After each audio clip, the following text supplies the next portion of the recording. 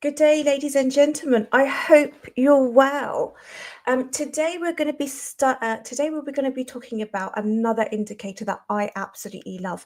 It's the MRVR indicator. For the last 2 weeks, we've been covering the pi cycle top indicator, which is the most accurate indicator in crypto for predicting the tops. Today we're going to be covering the MVRV with the Z score, that indicator. Don't worry too much about it. I'm going to explain it all so you'll understand it.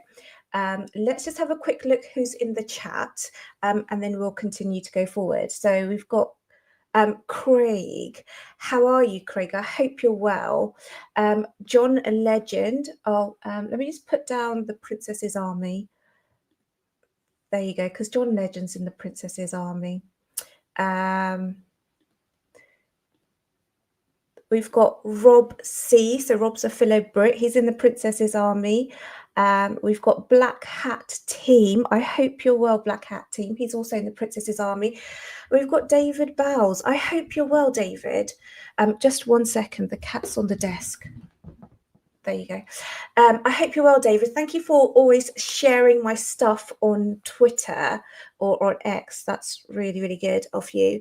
Don't rush. I'm making a coffee for everyone. Hello, Haven Pack. I hope you're well. Hello, Ken. I hope you're well.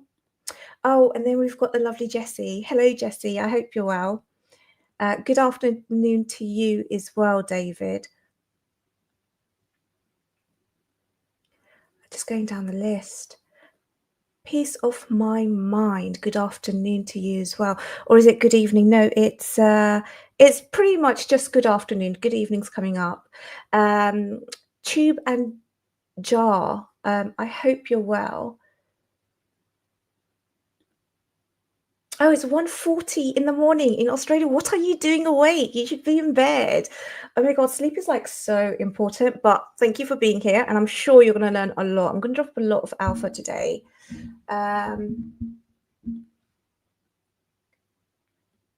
Yeah, we've got the kitty. He follows me around absolutely everywhere. And if I don't have him here, he's just going to annoy everyone. And we've got Crypto Dude as well. Oh, thank you, Crypto Dude, for reposting the stream. Anyone who's on X, please follow me on X, and then do repost the stream from there as well.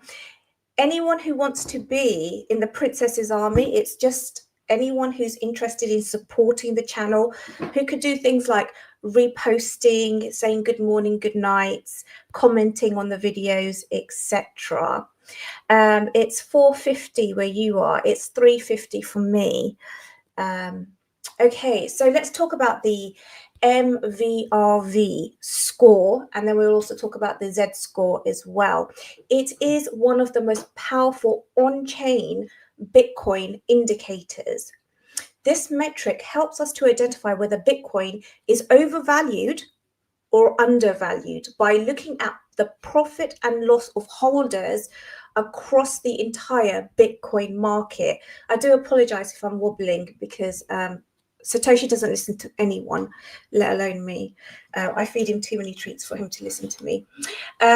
So what the MVRV ratio and the V score is, and what it reveals about Bitcoin holders, is the average profits and losses. And when they're unusually high or low, it can tell you if the market is overvalued or undervalued. And whereas if people are going to take profits or if they're going to sell at a loss. So we're going to talk about the origin and the significance, why this metric was created and how it helps highlight potential market extremes, because that's what it does. We're going to talk about the practical application, how investors and traders can use this to spot overvalued or undervalued conditions in real time. This is more of a long-term indicator. It's not something that you would use in scalping or day trading, it may be even swing trading. It is more of a long-term calculator, and I only use it for Bitcoin. And we'll also talk about the historical patterns, how the indicator behaved during the previous bull cycles and how it aligned with major lows and highs. And it's quite interesting. It's actually very, very interesting. And this is perfect to use with the pi cycle top indicator, which we've been talking about for the last couple of weeks. So by the end of this episode, you'll have a simple but an accurate way to read Bitcoin's profit and loss meter and understand why its history, understand its history and what it tells us about the highs and lows of the market. Before we go on to that, we just do need to talk about, oops, let me just have a quick look in the chat. Oh, we've got Nightbot with us. So Nightbot has posted the X link, so do feel free to check that out. And Nightbot's just reminding us to like, comment, subscribe, and share. Well done, Nightbot. I do love Nightbot. It's part of the family, isn't he? Okay, so first of all, we need to know what is on-chain data. On-chain data is all the information that's recorded directly onto the Bitcoin blockchain, which is a public ledger where every transaction is permanently stored. This includes things like transaction activity, who sent Bitcoin to who, the addresses, not the names, how much, coin movements. When coins were last moved, it shows whether people are holding or selling. The supply insights, how many coins exist, how many are dormant, and it also shows things like mining activity. Because on-chain data comes straight from the blockchain, it's transparent, it's verifiable, and it's hard to manipulate.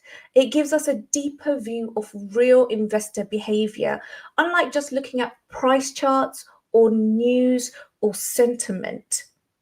On-chain data is the foundation for advanced metrics like the MVRV ratio and Z score, which shows the average profit and losses of Bitcoin holders. Hodl waves, that's also on-chain data, and that shows how long coins have been held. Miners revenue shows how much the miners are earning, how much they're selling. So on-chain data is very different from off-chain data. So on-chain data versus, say, for example, price and market data. So price charts, volume data, order books, they actually come from exchanges. They will tell you what people are paying for Bitcoin right now. On-chain data tells you how coins are actually moving and what's independent of any single exchange. So it's much, much broader and people cannot manipulate it. Social media sentiment is off-chain data. Google searches, news trends, external signals about what people are feeling or thinking. On-chain data, however, shows actual behavior like buying, selling, or holding Bitcoin, not just options or hype. Now, this matters because on-chain data like the MVRV, hodl waves, or miners revenue lets people analyze and track real investor activity, not just the price movements. And it can reveal when the market has historically been overvalued, undervalued, or when long-term holders have moved coins. And these insights you can't get alone just from the charts. So just to summarize, because I know that's a lot to take in, on-chain data comes straight from the blockchain. So from Bitcoin's public ledger, and it shows us what people are actually doing with their coins. How many are holding, who's selling, how long coins have been sitting still, and how much profit or loss people are sitting in. For example, if somebody bought a coin or bought 100 coins in 2013, they're sitting on a lot of profit. Whereas if somebody's bought coins yesterday, they might not be in profit. Metrics like the MVRV ratio and the MVRV Z score, and we'll get into both of them, come from this. They come from this on-chain data. They act like a profit and loss meter, showing if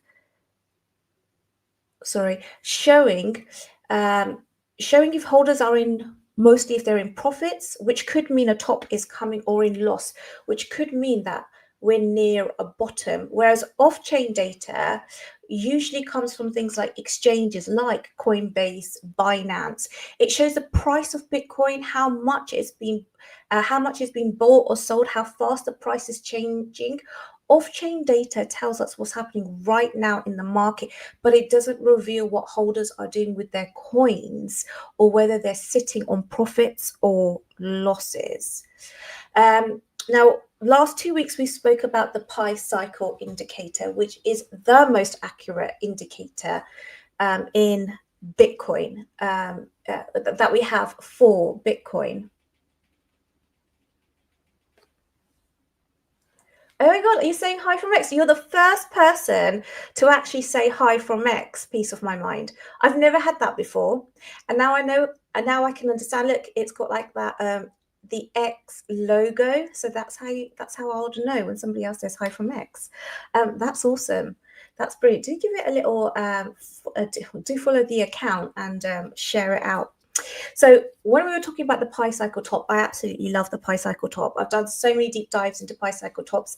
I'm such a nerd. I would actually go back and look at the charts and see where things are.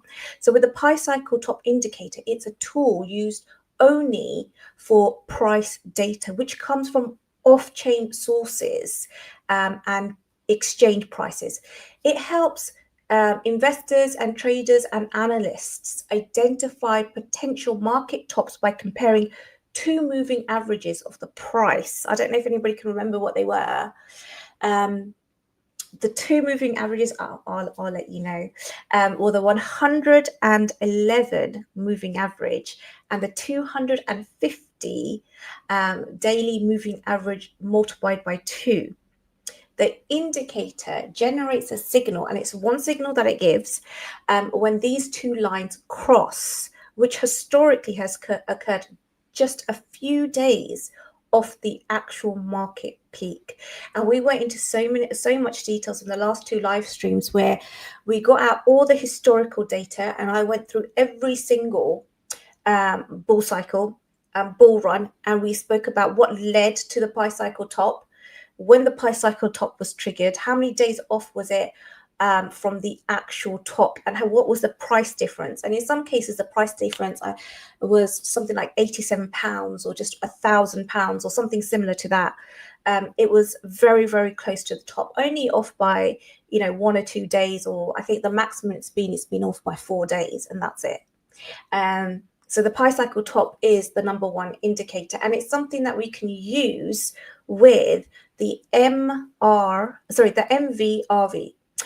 So because the Pi cycle indicator relies entirely on off-chain data, can you guys hear that? That's my washing machine. Should I turn off the washing machine? Oh my God, look, Jesse's on X as well. Jesse, I'm going to make you mod on there at one point. I will. Just give me some time. I haven't figured it out yet. Can you guys hear the washing machine? Do I need to turn it off or pause it? I've got one of those Samsung ones that I can pause. Let me know if it's too loud. I think it's on a spin cycle.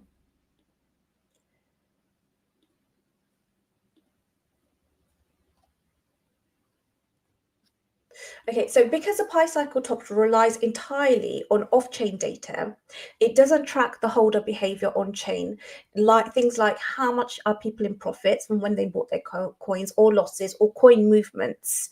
So this is why the second indicator that I'm introducing to you is an on-chain metric. So you can view and you can put these two together. We've done a lot on the Pi cycle top. We'll always come back to the Pi cycle top. And yeah, we will watch these metrics, watch these indicators as the bull run carries on. And then we'll add to our arsenal of indicators that we've learned and we're looking at. So I'll do plenty more indicators. So people have, Okay, I'm so glad that you can't hear it. JR, good day. Good day to you. So glad you can't hear the washing machine. It's like on so hot and so much. Do you know what? My hearing's not brilliant because I always listen to music so loud. But yeah, so people have been buying Bitcoin at different times and at different amounts. Some people bought their coins a long time ago when the price was low. And some people have bought them recently when the price is much higher. Now, depending on the price that people have bought these Bitcoin or their Bitcoin, they may be in profit or they may be in loss. So say, for example, a lot of people know about the 4-year cycle and they bought their coins in 2022 and they're still hodling in 2022 from the coins that they bought in 2022, which was the last bear market. And the Bitcoin price got down to 16,000 US dollars. So they're in a huge amount of profit. And what we'll see is as the bull cycle continues and continues, you'll see this huge pressure of sell wars. And we saw it when Bitcoin hit 100,000 US dollars. It will repeatedly hit that sell wall again and again, because that's when people are like, you know what?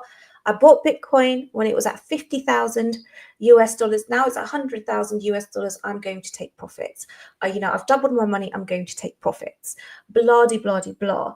So every time that you hit one of these psychological levels, Bitcoin's price normally tends to struggle because it hits the price wall. Just imagine what the price wall will be, the sell wall, sorry. The sell wall will be when Bitcoin gets to 150 US dollars. I mean, that's going to be massive. I think it's actually even going to be more than the one that it hit at 100,000 US dollars, because a lot of people actually started to get into Bitcoin when it reached 100,000 US dollars. And do you remember we had that dump after that as well? Okay, so it all depends upon the price that people have bought their Bitcoin, how much profit or loss they may be in. The MVRV is actually called the market. I mean, that stands for market value to realized value. And I'll go through that. I'll tell you what market value is and what realized value is. The ratio shows how much profit or loss Bitcoin holders are making. It compares to the current price of Bitcoin to the price each coin was last bought. If the MVRV is high, it means many holders are in profit. And if it's low, many are in loss. This helps investors understand market behavior, whether people are likely to sell because they're in profit, or hold or buy because many people are at loss. So a lot of people use different indicators, especially when they're investing, all the rest of it. This is one that when it's above a certain number, sell. When it's below a certain number, buy. And it's a long-term thing. So this is mainly for position holders, because it kind of happens once in every 4-year cycle, or thereabouts. I'm not going to say thereabouts once in a 4-year cycle. You'll see where the bottom is, you'll see where the top is. The higher the MVRV score is, the more Bitcoiners are in profit. And this means that a large number of people bought Bitcoin at prices which were lower than the current price. So they're sitting on significant unrealized gains. When the MVRV is very high, it can also signal that the market might be overheated, because many holders would decide to sell and take profits, and that will create a lot of sell pressure. 1 second. Oh, we've got the mod queen with us. Hello, Alexandra G. I hope you're well. Good morning or good day to you as well, JR. I hope you're well.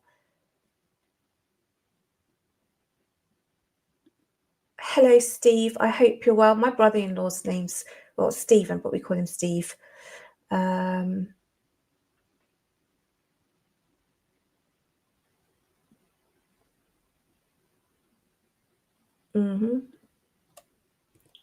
Right, okay.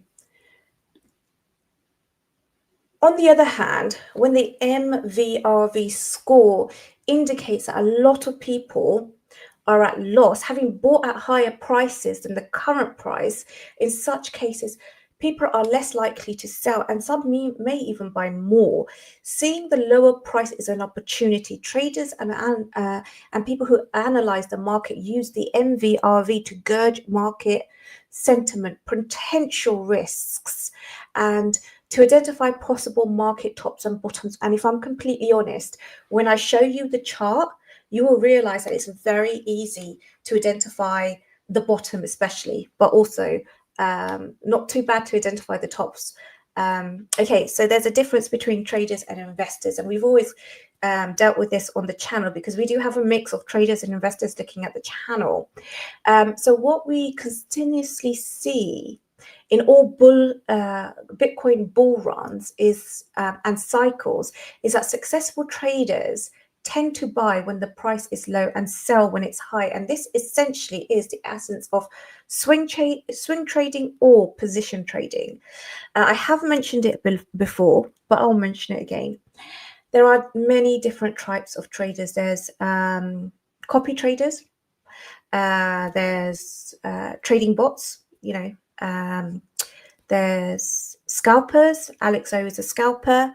There's day traders, swing traders, and position traders. Swing trading and position trading is done mainly longer. So swing trading is anything from holding a position overnight to a 3 weeks, maybe a couple of months. Position trading is more than that. It is a couple of months to a couple of years. I'm a positioned trader. Sorry, a position trading is a couple of months to a couple of years. I'm a position trader. I will never keep any coin apart from Bitcoin for more than one cycle. So both swing and position traders rely on understanding market cycles, sentiment, and indicators like the MVRV, which helps identify when most people are in profit and loss. Investors take significant different approaches to buying and selling than traders. They're less concerned with short-term highs and lows and more focused on the bigger picture. Bitcoin's adoption scarcity, i.e. the 21 million coins that will be that there will only ever be 21 million coins in Bitcoin for the whole of humanity, for the whole of time. Bearing in mind, a lot of coins have already been lost, especially in the early days. The estimate is around about 3 or 4 million. It depends on who you ask how many coins have been lost. I've lost Bitcoin. I think I've lost 0.3 Bitcoin. Put it onto a ledger and I can't get to that ledger now, and I don't have the seed phrase. So that's permanently gone. And I know other people who have lost 50 Bitcoin and even more than that. I think I had somebody on the channel who lost a couple of thousand of Bitcoins, but this was very, very early on. And also when investors, they look at Bitcoin, they see the adoption, they see that companies are raising billions of US dollars, not to buy, not to invest in other products, not for marketing, not to give people pay rises or real estate. They're raising not millions but billions of US dollars to buy Bitcoin. This is a massive thing that's going on. And then we see countrywide adoption. So you have states that like Iran and other countries who have bought Bitcoin a long time ago, and they're Iran and Russia and all the rest of it. And then you have America and the UK that they're going to turn. They're going to have strategic reserves on Bitcoin that they've confiscated because the price of Bitcoin is ridiculous now. It's really high. The UK is really behind. It really is. We've had some awful news in the UK where they said that they're looking at no British person or UK, anyone in Britain can hold their coins, can hold over 20,000 US dollars in stable coins, which is absolutely ridiculous. It really is. And it's all because we have a very anti-money laundering mindset when it comes to Bitcoin in the UK, which is really funny because the post office bonds, you can hold post office bonds without paying tax or anything like that. And you can get £50,000 worth of them without paying tax. But when it comes to crypto, They're looking to implement 20,000. So let's see if it goes ahead. I really hope it doesn't. We're so behind. So essentially, traders try to take profits from price swings, while investors aim to grow their wealth steadily over time using things like these two indicators that we've been talking about, the pi cycle top, which is an off-chain indicator, and the MVRV, to identify exit and entry and exit points for their investments and trades. So let's get into how the MVRV ratio actually works. Don't worry too much about this. I'm going to explain it more in a second. So what it is it's the market value divided by the realized value. And when you do that, you get this score called MVRV. So the market value is how much all Bitcoins in the world are worth right now at today's price. That's the market value. The realized value is how much people actually bought their Bitcoin for when they last moved it, not the current price.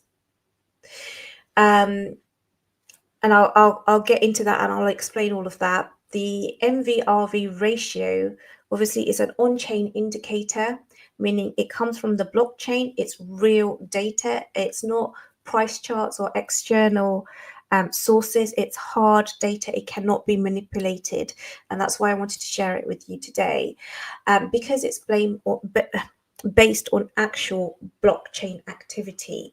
The MVRV gives a more accurate picture of market behavior than traditional indicators that only look at price trends. Okay, so let's get into market value. 1 second. M Ninja, I hope you're well. Lovely to have you here. Mega Hatzfrug, probably butchered your name, but good morning to you. It's lovely to have you here. Robsey's from the UK. Yeah, he's a Brit. I think he's from up north. I'm down south, just outside of London. So let's look at what the market value is, because that's very, very important. The market value is the total value of all Bitcoin based on the current price. It's calculated by multiplying the current price of one Bitcoin by the total number of Bitcoins in circulation. And that also includes Bitcoins that have been lost, Bitcoins that are standard in wallets, or the rest of it. So for example, if each Bitcoin was worth 100,000 US dollars, and there was 20 million Bitcoins in circulation, the market value would be 100,000 times, 100,000 times 20 million coins equals 2 trillion. Does that make sense? So that's the market value. So the market value of all Bitcoin will be 2 trillion. And it shows how much all Bitcoins will be worth if you were to add them up to the current price of every every coin. That's the market value. Let's talk about the realized value. So we divide that by the realized value, and this is where people get a little bit confused. So the market value is quite easy. The realized value is a little bit difficult to understand, or a little bit more difficult to understand. So when Bitcoin moves on chain, the network always records the transaction, and it records it in the Bitcoin ledger. So the realized value is every time a coin moves from one address to another, it's considered as if it was revalued at that price, regardless of why it was moved. So this means if someone sold their Bitcoin, the market or the movement will reflect a true market transaction. So it will say, if somebody sold their Bitcoin, it will say, okay, so somebody sold 10 Bitcoins at this price on this day. That's the realized value. But If somebody moved their coins just between their own wallets, the blockchain can't tell the difference. So it still counts as a new cost. So it doesn't matter what you do, it doesn't matter why you're doing it, why you're moving your Bitcoin. The moment you move Bitcoin, it becomes the new realized value of Bitcoin. So in other words, the realized value metric doesn't know who owns the wallet. It only sees the coins moving. So it's an incredibly powerful on-chain measure of investor behavior, but it's still an approximation, if that makes sense. Let's do a couple of examples. 1 second. Satoshi's gone to sleep. I'm so glad.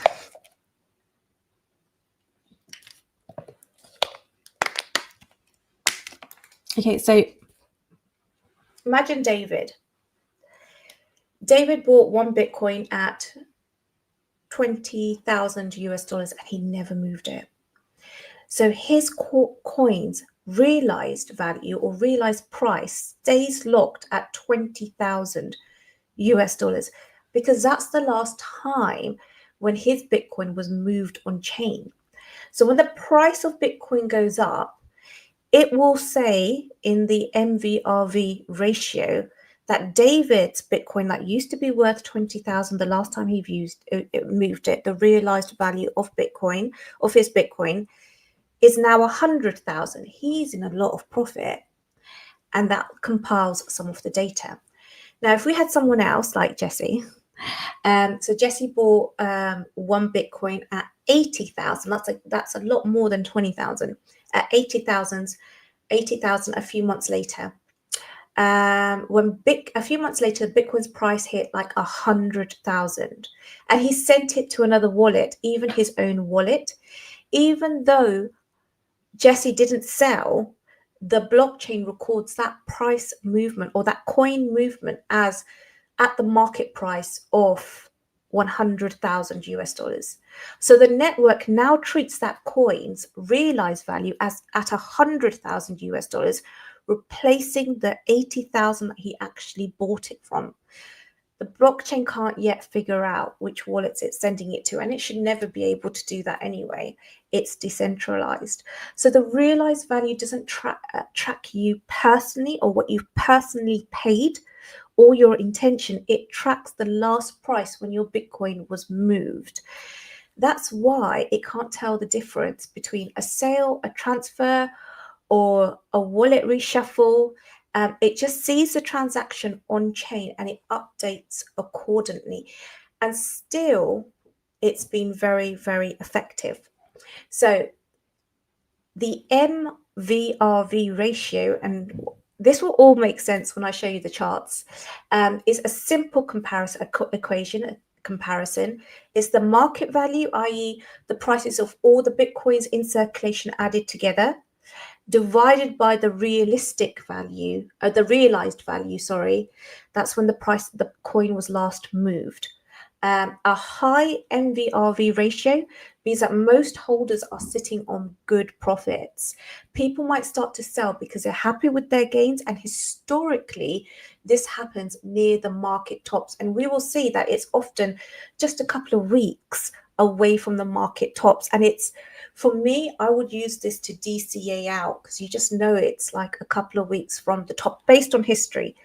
A low MVRV ratio, most holders are losing money. People are holding on tightly, or they're going to sell, but they're going to sell at a loss. Or if you're wise, people would be buying. By the way, nothing that I say is financial advice. People will be buying more because the price seems cheap, and historically this happens near the market bottoms. Now, there's something else before I get into the charts.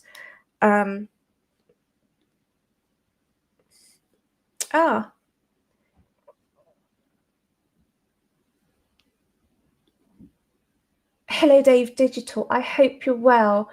And Mark Volmer, I hope you're well. Thank you for joining us. We're discussing the MVRV.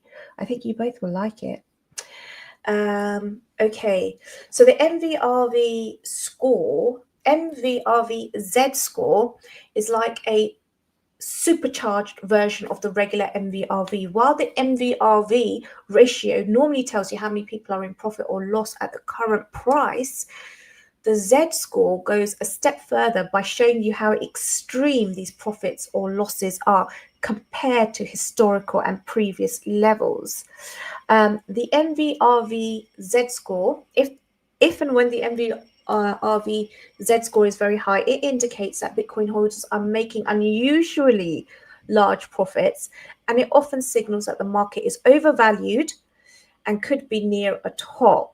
And I'll show you all of this. Many traders, especially traders, because they're not long-term investors, investing is like watching grass grow and paint dry. I'm investing for my great-grandchildren because I don't want to be forgotten after I die. And we're all going to be, we're all hopefully going to have children and leave a legacy or whatever everybody wants to do.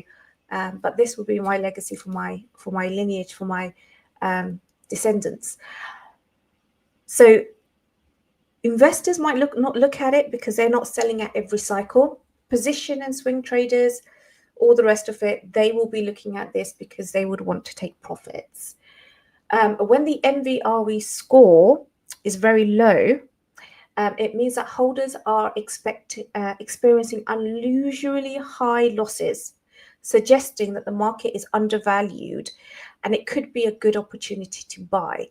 In short, the MVRV score gives investors and traders a way to see extremes in the market sentiment, and it helps identify potential market tops and reversals, bottoms and reversals.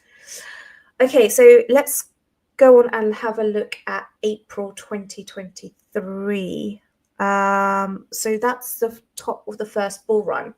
So in April 2023, I'll show you the charts in a second. Bitcoin started off at around 13, 14 US dollars, and it went straight up and it surged to 266 US dollars in April. It was fueled by early adoption, growth in media coverage, and Mt. Gox activity. And you'll be able to see the spike if I can get it out. Yeah, I'm not even sharing my screen. 1 second.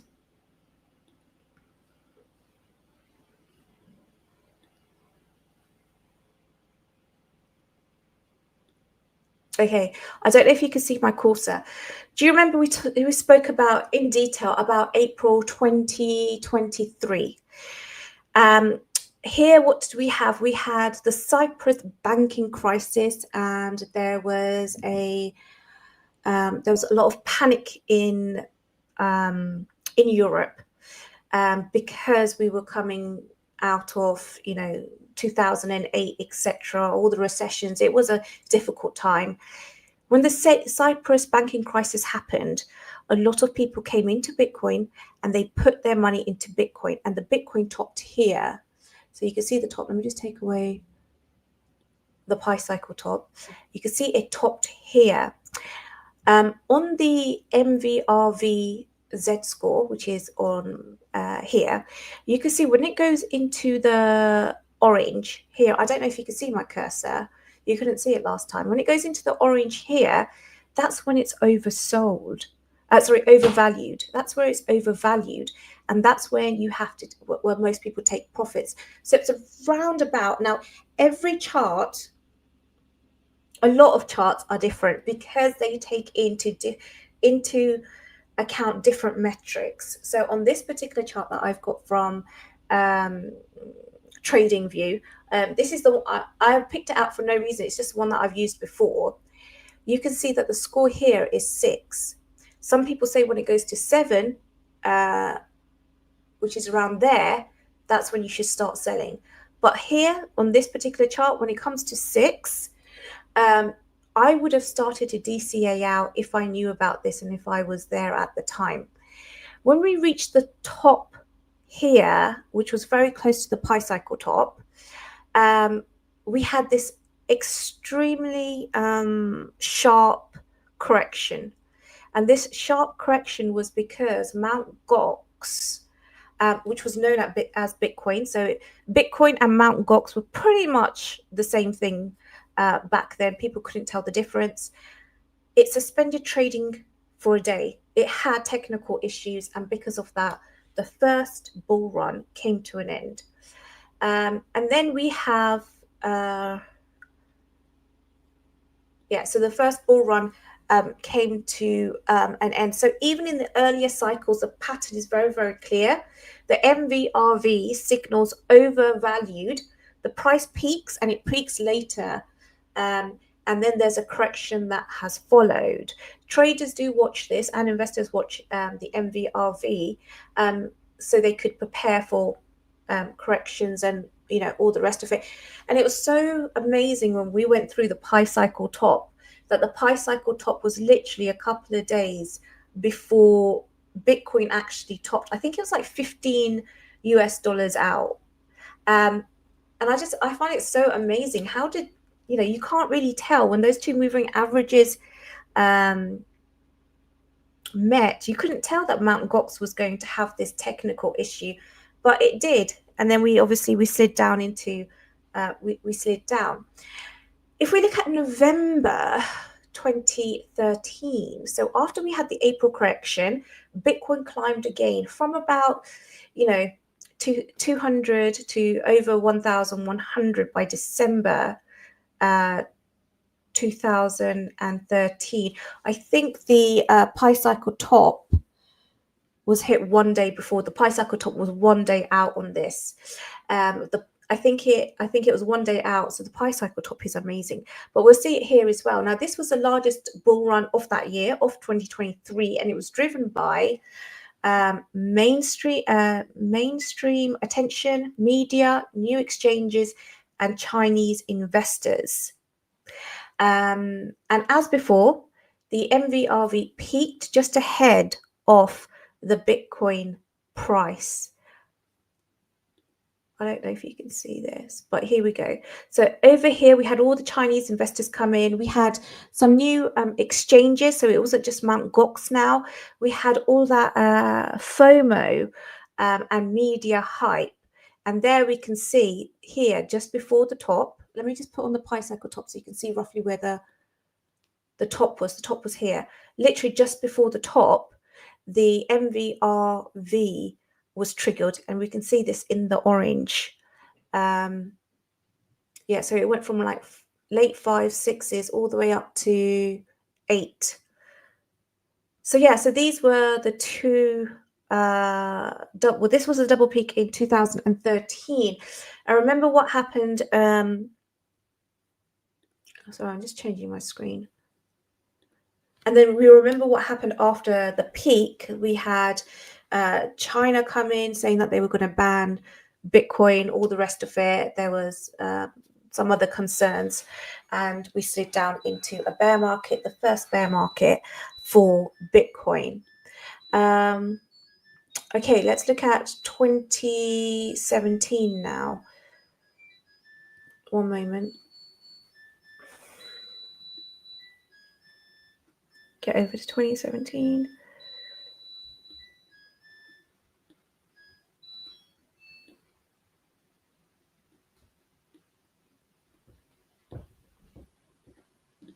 Oh, I have to use I don't have a mouse. I have to use my Apple mouse pad here. It's so annoying.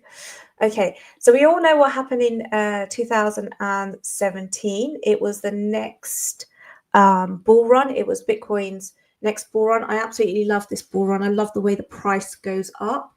So Bitcoin started off around about $1,000, and by December 2017, it hit an all-time high of just under $20,000. And the main drivers of the 2017 bull run was massive retail FOMO. A lot of people that I've interviewed on the channel when I did my crypto stories got in at 2017. There was a huge amount of global media attention. There was a growth of cryptocurrency exchanges to make it easier to buy. And also we had that ICO boom, we had the institutions come in.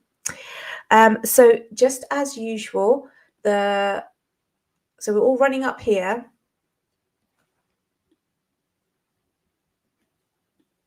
Isn't this the most beautiful bull run ever? So here we go. That is so beautiful. I love this bull run. Look how it goes up, up, up, up. Okay, so round about here, we hit 5. It turned orange. 6, 7, 8.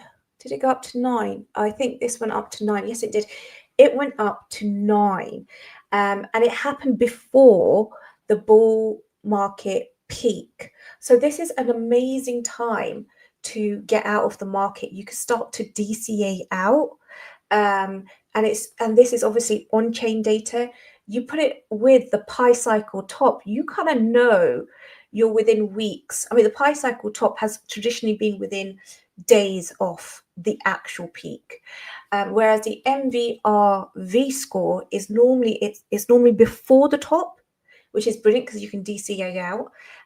It's normally before the top, and it could be a couple of weeks before the top, so you have plenty of time. And then obviously we spoke again why we went into a bear market. There were so many things. We had the SEC come in because although there was a lot of legitimate ICO coins and projects, there was a lot of scams, and the scams were getting absolutely ridiculous. They were selling ICOs on little more than promises. Sometimes they didn't even have white papers. And they were raising lots and lots of money. And I'm talking about millions of pounds in ICOs. So naturally, the SEC came in. Also, the SEC issued Wells notices to cryptocurrency exchanges, projects. There was economical concerns. There was concerns about interest rates, all the rest of it. We went into a lot of detail in it in the previous live streams. Okay, let's move ahead to 2021. And this is very interesting because we've got the 2 peaks in 2021.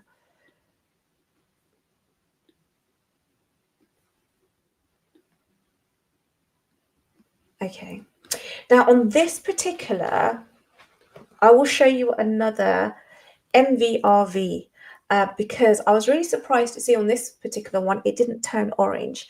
But here we've got the run up to the 2021 pi cycle top. Remember, the pi cycle top was only triggered in April 2021. That's why a lot of people believe, and look at this as well with this metric as well on the other MVRV Z score that I've got, which I'll show you in just a second.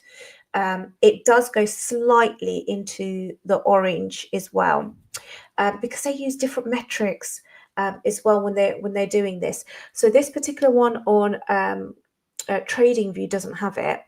I've seen some of the other ones on TradingViews, but I prefer this one. So we have obviously the general elections round about here, and then a lot of money got put into the market around about October, November time.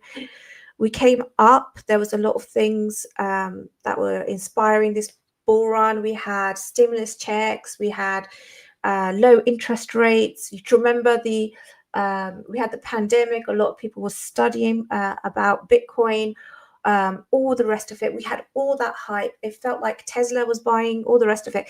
It felt like this was just going to go on and on and on. And then we hit the pi cycle top. Then we had the China FUD, and then going down a little bit more. Tesla actually sold at a loss.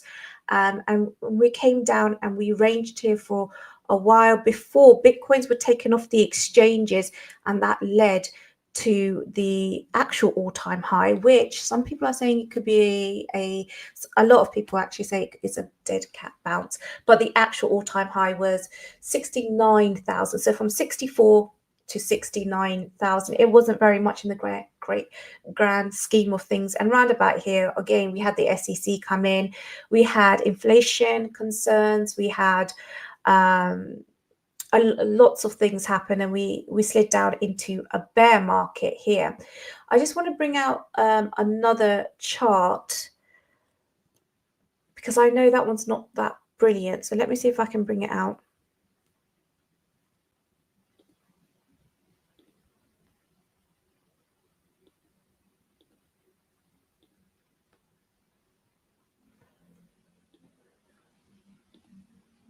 Okay, so I quite like this one. I hope you guys can see it. Why is it zoomed in? Okay, it's zoomed out. So here we have it all again, and you can see how high this, this one, I think it gets to a 7. So this one gets to a 7, and then it's overvalued. So you either DCA out. If you're not already out of the market, I would personally get out of the market because it's only a couple of weeks. Nothing that I say is ever financial advice.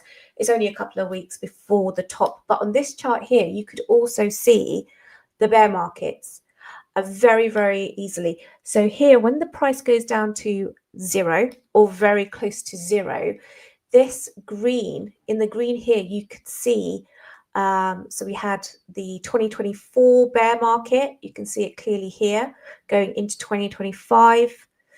And then we had the 2028 bear market, and this is literally at the bottom of the bear market. November, I think it was November 2028 was the bottom, or thereabouts. And then we had the COVID dip comes up here as well. So in March 2020, we had the COVID correction. This was one of the worst corrections in Bitcoin's history, and it actually shows up here as well, which is amazing. So for those people who are unaware, on March 2020, we went from, I think it was like 9,200 US dollars right the way down to 3,800 US dollars or something similar to that. It was a 63% correction. Yeah, it was a 63% correction. And a lot of people actually bought. A lot of people who have been on the channel actually bought, which is amazing. I feel so good for them. But as you can see here, in 2022, when we had the bear market bottom in November, so, oh gosh, from all the way from June 2022, it was saying this is a great time to buy.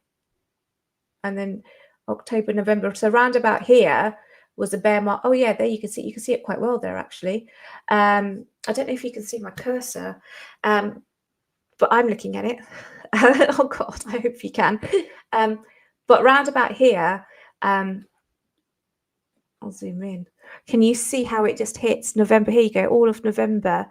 It hits. Oh my God, it's actually gone. I think, has it gone slightly below? No, it hasn't gone slightly below. But look, there you go. It's amazing. I quite like it. So yeah, so this is the MVRV.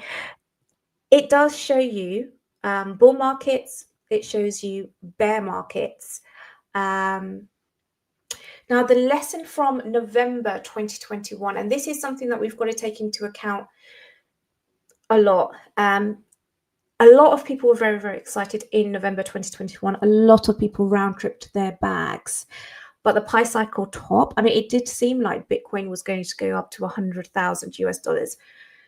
The Pi cycle top was not hit, and nor was the MVRV. And then we slid into a bear market. It caught a lot of people off guard.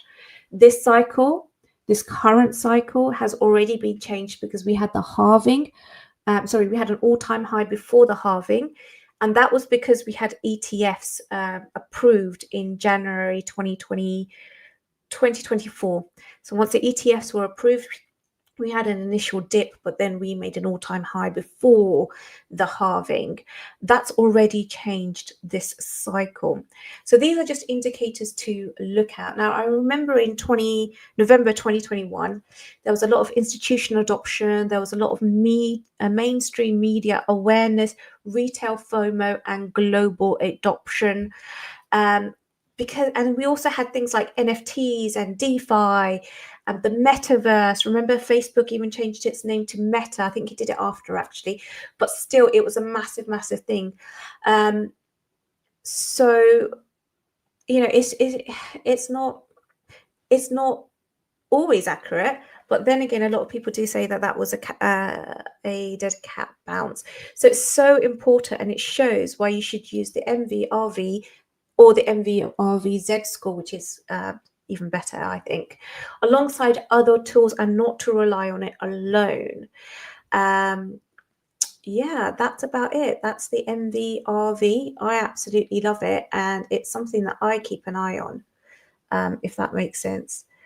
Let me just check the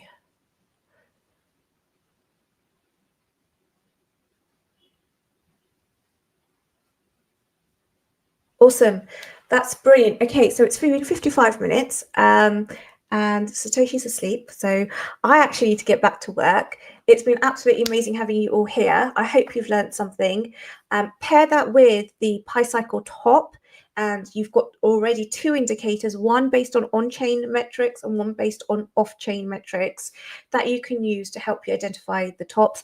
Pi Cycle top traditionally has called the top of the market within days. The MVRV normally hits a few weeks before the actual Pi Cycle. The actual market top. Just quickly, this week there's not going to be a live stream on. There's not going to be a stream on Thursday. I'm going to a conference in Portugal. So I'm going to see you all on Tuesday next week. And very soon, we're hopefully going to start collabing on this channel. So we might add an extra day, and we might just do TA collab. So you will get to see my TA in action, which is brilliant. I've got nothing to hide. I'm quite okay with TA, but it's going to be alongside experts in TA who have been in the space for a lot longer than I have. Good day to you as well. I hope you guys, John Legend, Mike, Rob, Black Hat, Jesse, all of you, I hope you all have a wonderful rest of your day, and I'll see you next week.